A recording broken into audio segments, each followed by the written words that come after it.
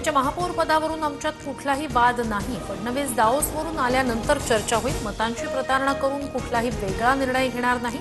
एकनाथ शिंदेंकडून भूमिका स्पष्ट. शिवसेना पक्ष बार्गेनिंग करणारा नाही. आमची लढाई सत्ता खुर्चीसाठी नसून महाराष्ट्राच्या विकासासाठी. विरोधकांनी त्यांचे नगरसेवक सांभाळावे. महापौर पदासाठी अडीच वर्ष फॉर्म्युल्याच्या वृत्तावर शिंदेंची प्रतिक्रिया. कुणालाही सहजपणे महापौर बसवणं मुंबईत सोपं नाही. कोणत्याही स्थितीत शिंदेंचा महापौर होणार नाही. मुंबईत कुणाला बसवायचं हे दिल्लीत ठरलंय. संजय राऊतांची टीका. मुंबईतील नगरसेवक शिंदेंसोबत शिंदेसाहेब योग्य निर्णय घेतील. संजय शिरसाट यांची प्रतिक्रिया.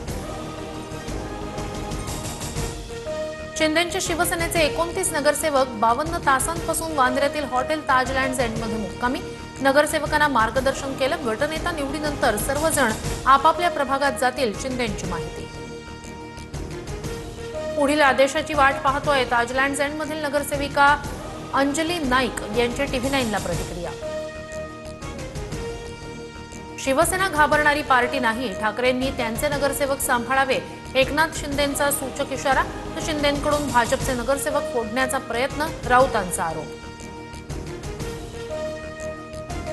पुढील 8 दिवस मुंबई बाहेर जाऊ नका. भाजपच्या मुंबईतील नवनिर्वाचित नगरसेवकांना सूचना. मुंबई महापालिकेत सत्ता स्थापनेला 8 ते 10 दिवस लागणार. तिसऱ्या मुंबईकरता मोठ्या प्रमाणावर गुंतवणूक महाराष्ट्रात येईल. भारतात खूप चांगले जॉब्स तयार होतील.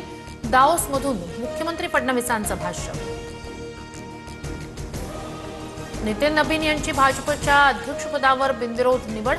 उद्या सकाळी नितीन नबीन यांच्या संदर्भात अधिकृत घोषणा होणार. राष्ट्रीय अध्यक्षपदासाठी फक्त एकच उमेदवार. प्रस्तावित निवड निश्चित.